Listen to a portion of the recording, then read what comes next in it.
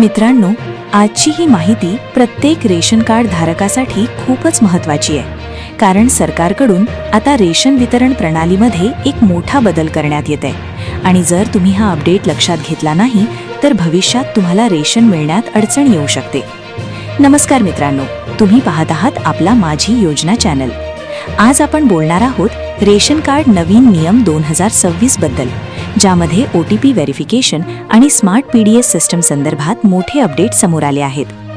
मित्रांनो, सरकार आता पब्लिक डिस्ट्रीब्युशन सिस्टम म्हणजेच PDS पूर्णपणे डिजिटल करण्याच्या दिशेने पाऊल टाकत आहे आणि या नवीन नियमानुसार रेशन घेताना OTP व्हेरिफिकेशन अनिवार्य केले जाणार आहे. म्हणजेच जेव्हा तुम्ही रेशन दुकानात जाल तेव्हा तुमच्या नोंदणीकृत मोबाईल नंबरवर एक OTP येईल आणि तो OTP कन्फर्म केल्याशिवाय तुम्हाला धान्य किंवा रेशन मिळणार नाही. या निर्णयाचा मुख्य उद्देश म्हणजे बनावट रेशन कार्ड रोखणे, फसवणूक थांबवणे आणि खऱ्या लाभार्थ्यांपर्यंत सुविधा पोहोचवणे हा आहे.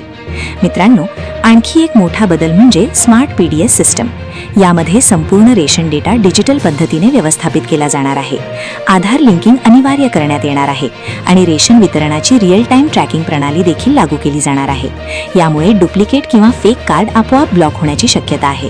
मित्रांनो, ही संपूर्ण प्रणाली हळूहळू सर्व राज्यांमध्ये लागू केली जाणार असून 2026 पर्यंत पूर्णपणे ऍक्टिव्ह होऊ शकते.